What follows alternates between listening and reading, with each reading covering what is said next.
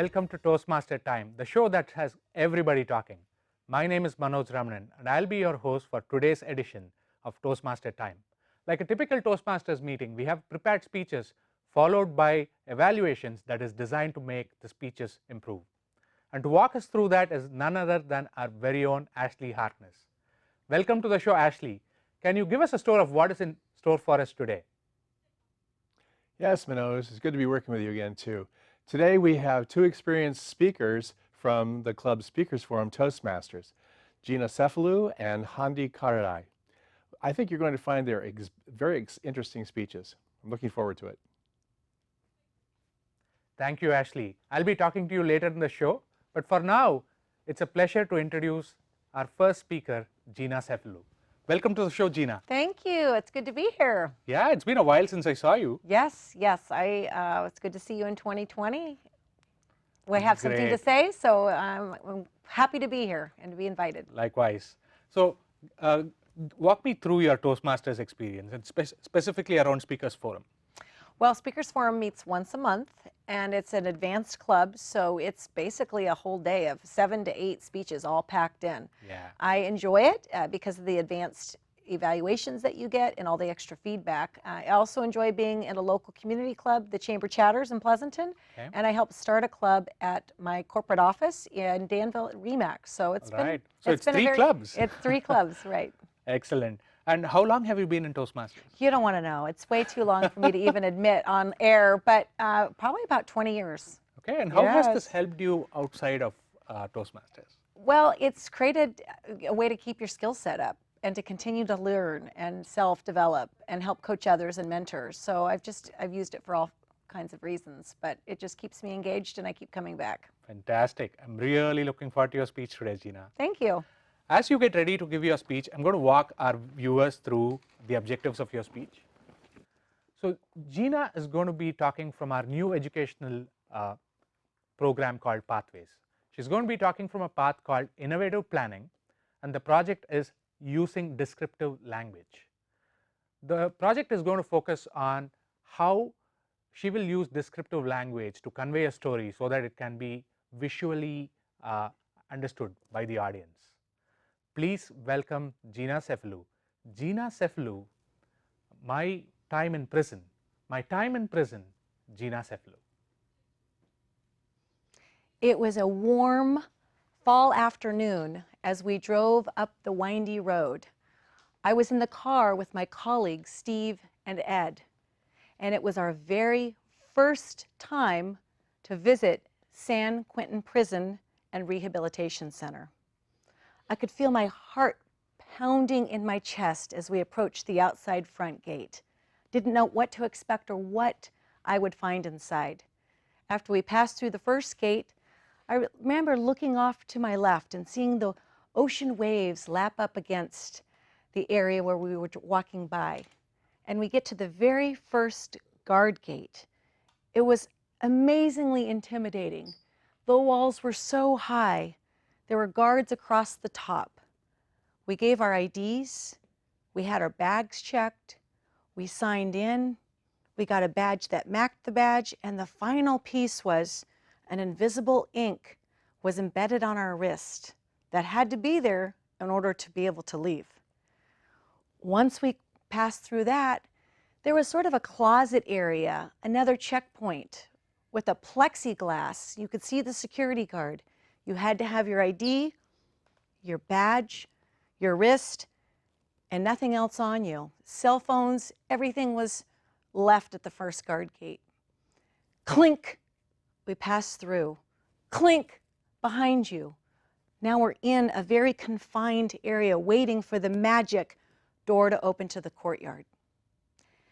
As we came into the courtyard, I was amazed at the manicured grass, the flowers, the trees, a palm tree. It felt like something maybe out of a hotel lobby. But as we rounded the corner, I could feel my heartbeat start to pick up. I wasn't sure what to expect, and then I saw it. Groups and groups and groups of various men in all different activities. There was a group exercising in the corner, a basketball pickup game going on, clustered here and there. There was an entire track. People were walking, jogging, some in shirts, some out of shirts, around this track. There was a baseball field. It was all so much going on, it was really hard to take it in. The inmates were dressed in a blue garb with printed letters and numbers at various stages all throughout. And I could feel the gaze, the intense gaze. What was she doing here? And I didn't really know what to expect. As we made our way through that courtyard, that sea of men, we came to yet one more guard gate. This, in turn, I had to do the same thing with the ID, the magic wrist. We came through, and now 3 layers in, I was deep, deep into the bowels of San Quentin prison. There were 5 inmates that had earned the right, had earned the privilege to be here for our inaugural Speechcraft project. This was a test pilot, if you will, that Toastmasters had coordinated with San Quentin because it's now a rehabilitation facility. So they're looking for people that want to give back, that want to contribute, and that want to offer things for the inmates to help them grow and get skills, perhaps when they are released. The first person I met was Kevin. Strong, powerful, a leader. He had a little bounce in his step. He had a white, tight cap on and a cross hanging down to here. He greeted me with a firm handshake. He was ready to go. Then there was Tim. Tim was very soft-spoken. He didn't look me in the eye. He almost looked away, like he wasn't sure if he was going to be there, and he was sort of sizing things up. Then there was Will, a millennial, very strong, very energetic. He gave me a handshake and looked me right in the eye and said, I am here to learn as much as I can because I have my parole board hearing coming up and I want to make a difference. And I have one shot, and I'm hoping that you'll all be able to help me. Then there was James. James looked like somebody's grandpa. He looked tired. He looked worn out. He had eyes as deep as charcoal. He said, I so appreciate that you're here. This means a lot to me. And then there was Dustin, who looked strangely like the barista that I'd met at Starbucks that morning. Dustin looked completely out of place, boy next door, tall, lanky, just a different stature, almost like a crooked stature, if you will. And Dustin did not say a word. It was mostly just a nod. These 5 men had committed to the inaugural Speechcraft, the pilot program, if you will, for Toastmasters. And I did not know then, that day, my initial meeting, my initial impressions, how rich of an experience it would be, how much I would grow and how much I would learn from them. That project would come to be something very near and dear to my heart.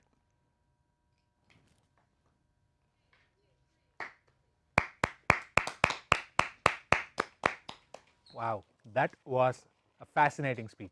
To walk us through the evaluation is Ashley Harkness. So Ashley, what did you think about Gina's speech? Well, I thought that the speech was very heartfelt to begin with, and clearly she had an experience that most of us don't see. Description of going through the yard, coming into the building, the cavernous parts of the building, and then meeting these individuals who had motivations that were clear to her, but at the same time had to be revealed later on. This was a very descriptive speech in the sense that she used language that gave us an image that we could carry with us. As a result, I think that this was both well organized and something that is a learning experience for all of us. Absolutely. Thank you so much, Ashley, for your comments. I look forward to talking to you again later in the show. Yes. And now we'll be taking a quick break and we'll be back with you really shortly.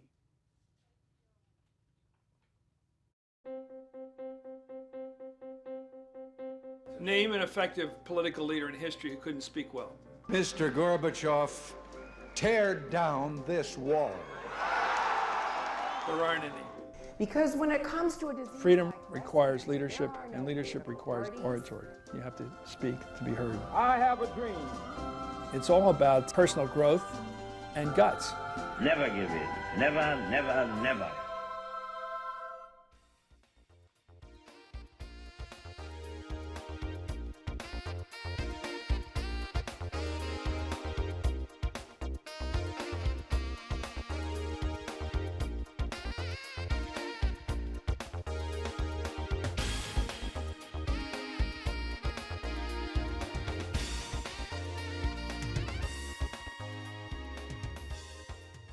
Welcome back to Toastmaster Time. Now it's my pleasure to introduce our second and final speaker of the show, Hari Candadai. Welcome to the show, Hari. It's great to see you. Great to see you, Manoj. Always great to be here with Toastmaster TV. Thank you. And you've been here before, right? You've given a couple of I have speeches. been here before. Fantastic. And walk me through your journey with Toastmasters. It's been a fantastic journey for about 13 years now. Wow. I am a member of 2 clubs, Chamber Chatters in Pleasanton, as well as Speakers Forum.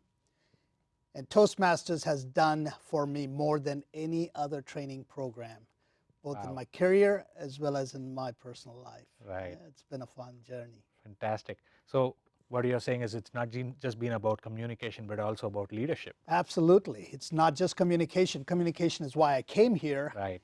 There are so many leadership opportunities that Toastmasters presents for you to take advantage of. And the way I see Toastmasters is it's like your gym for public speaking and leadership. Right. And I do feel weak when I miss a few sessions. And that gets you right back to the next I do. session. I can't wait to go and work out again. Fantastic, fantastic. I really look forward to hearing your speech, Hari. And as you get ready, I'll walk our viewers through your speech objectives. So Hari will also be giving from our educational program, which is Pathways. He'll be talking from a path which is presentation mastery, and the project is called persuasive speaking. The objective of the speech is to persuade people around a specific topic. Please welcome Hari Candadai. Stand out, Hari Candadai. Who wants to get that highly visible project, that promotion, or that pay raise in a crowded workplace? Or maybe you want to promote your product, your business, in a crowded marketplace.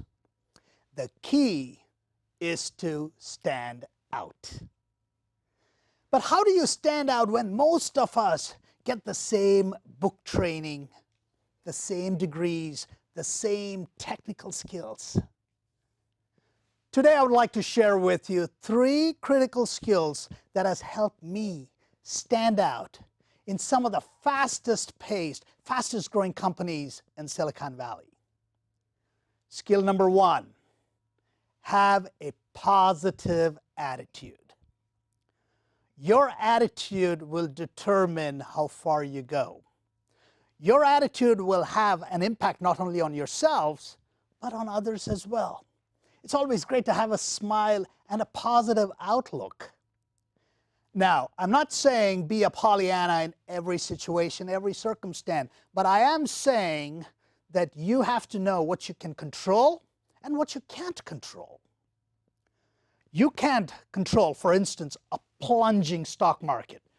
You can control an out-of-control virus, for example. But what you can control is your attitude towards these situations. Kipling, the great poet, in his beautiful poem, If, said, "If you can keep your head when everyone else around you is losing theirs, if you can meet triumph and disaster and treat these 2 imposters just the same, yours will be the earth and everything in it. And what's more, you will be a man, my son." What a fantastic poem. I love my journey here at Toastmasters because over the course of the years, I've learned from several Toastmasters how to have a happy attitude, a helpful attitude, an attitude filled with gratitude. There is no question. Have a positive attitude and you will stand out. Skill number 2, become a great communicator. Most of us dread the thought of public speaking. Many of us even fear speaking in small groups, in one-on-one settings, in meetings. Winston Churchill said it best, the fear of speaking keeps us from observing, from learning, from living and appreciating everything in life. So what separates a good speaker versus a great speaker? A great speaker is not only good in public speaking, but a great speaker can relate to you on a one-on-one situation as well. They're very good even in small settings. And that's what I love about Toastmasters. Toastmasters gives you an opportunity not only to practice and speak over and over again, but also to listen and provide thoughtful feedback. When you combine great communication, great speaking skills with great listening skills, you will be in great demand. Skill number 3, become a great leader. If you can inspire your team to follow you and achieve your goals, you will get that promotion. You will get that project or that pay raise, even if you are not the best suited candidate given your technical skills. President John Quincy Adams said it best, if you can inspire others to learn more, to grow more, or be more, you are a leader. And that's what Toastmasters does for us as well, to help us become not only better communicators, but better leaders as well. At the club level, the area level, the division level, the district level, the international level, the opportunities for leadership is immense. These 3 critical skills I continue to learn and refine every single day in order to stand out in a crowded marketplace, in a crowded workplace today. So what's holding you back? Magic happens when you get in position to be noticed, to be seen. These 3 critical skills will not only help you stand out, but it will take you miles ahead of the crowd. Go to Toastmasters.org. Find a club near you, join your club, because there's no better place to practice these 3 critical skills than right here in Toastmasters. Stand out.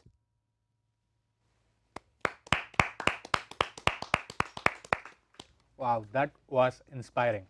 To walk us through Hari's evaluation is Ashley Harkness. So Ashley, what did you think of Hari's speech?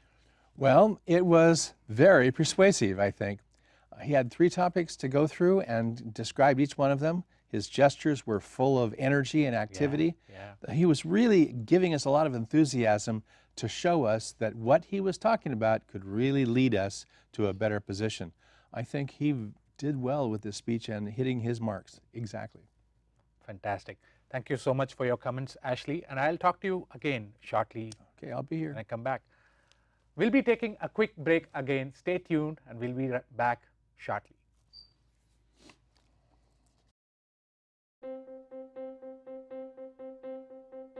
Name an effective political leader in history who couldn't speak well. Mr. Gorbachev, tear down this wall. There aren't any.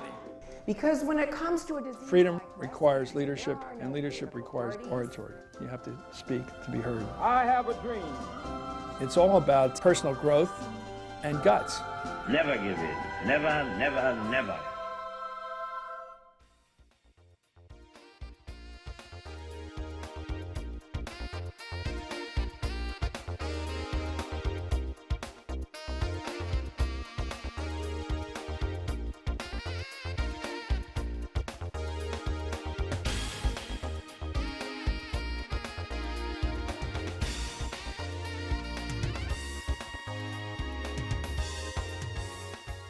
Welcome back to Toastmaster Time. With me is our evaluator for the day, Ashley Harkness. Ashley, what a great day. Very much, very much.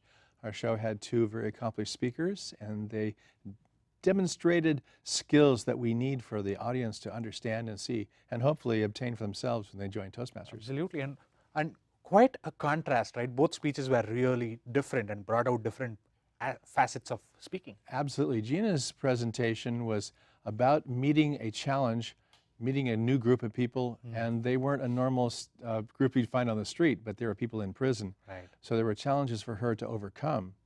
In Hari's speech, he was talking about people and their confidence levels and how to actually improve themselves, give themselves a chance to do better.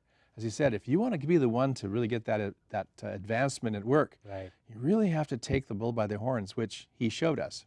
Yeah, and it clearly showed that they were both pretty accomplished, because just the way they were so descriptive and visual in their speeches. You notice that with Hari, his gestures were very, very strong, emphasizing that you must project strength. Yes. Whereas with Gina, her gestures were more revealing. She started talking about how the crowd separated as she moved towards the last gate, and she pointed at things, and you could see there was a lot of hesitation in her presentation because of where she was. Yeah, and I pretty much found that she was, both the speakers were pretty much being there in their speeches and walking us through what they were going through. I would agree. Calling that being in the moment. Yeah, absolutely. For Gina, for sure. I felt the tension. I marked it down here on the evaluation sheet that, this is really kind of a worrying situation. I don't know that I would do that. Right. Putting all kinds of marks on you and everything to make sure you can get out, and running into people who've been there for a long time. Whereas with Hari, he's talking to an audience where their hopes and dreams are what he is pointing at and saying, you can take control and make it what you want. Absolutely. Very, very persuasive. And I found that he made a good pitch towards the end to join Toastmasters, something we can all agree upon. I think that's a very good thing to do. Certainly he attributes everything that he has come to him from different sources, but he has grasped Toastmasters quite well. And even Gina talked about being in a specialty club speakers forum for the purpose of getting a lot better by being around more experienced speakers. Yeah, yeah. And I think that's the part about Toastmasters, that you get such a diversity of speakers, diversity of thoughts and ideas. And no matter how long you are in your Toastmasters journey, there's always something still new that we can pick up. We've had that, haven't we? The Toastmasters changing the education system to Pathways, which is much more online, much more interactive, a lot of tutorials and things that we work with. We've had to adapt. Yes. And adapting to new situations are one of the most important parts of Toastmasters. That's pretty much what leadership is also about, right? How do you adapt and how do you tackle those challenges on? Oh, and how do you convince other people to take the chance to go with the new systems? Right. I mean, leadership is a lot about showing people new ways, making appreciation for them, helping them out, guiding them along. I believe that we saw two people who were taking the chances in their lives with Toastmasters and with what they did, and actually became leaders because of it. Absolutely. And Ashley, I'm just curious to know how long you have been a Toastmaster. Somewhere over 20 years. 20 years, yeah, wow. A long time ago, yeah. And what keeps you coming back again and again? Well, I may have told you this before, but I was a speaker before I joined Toastmasters, doing presentations for my company, and a man walked up to me and said, you could be a lot better, join Toastmasters if you're up for the challenge. Right. I said, I'm up for that. As a result, I haven't seen Thursday night football in 20 years, because that's the club I went to. That's the sacrifice you had to make. Yes, but the last few years where I was working, a unique thing happened. I was out teaching electrical safety training. I used every trick that I had ever learned, every process that I'd picked to deal with electricians for 8 hours. Right. To keep them with me, and at the same time impress upon them that they have to save their lives and the lives of others around them. I attribute that all to the Toastmasters. It made it possible to save lives. Fantastic. Thank you so much, Ashley. It's been a great pleasure just talking to you and having your insights for our speakers. Thank you. It was great having been here with you. Fantastic. So that's our show, folks. We've had a great time today, and I want to thank all of our staff and volunteers who made this happen. To know more information about Toastmaster Time, please visit us at toastmastertime.com. Toastmaster Time is sponsored by our District 57 Toastmasters. For more information, please visit d57tm.org. And if you just want to walk into any Toastmasters club or you want to experience Toastmasters, please check out toastmasters.org. On behalf of all of us, on behalf of our speakers, Candadai, Gina Cefalu, on behalf of our evaluator, Ashley Harkness, I am Manoj Ramanan, and it's been a pleasure to have been here today. Please join a Toastmaster club near you and keep talking.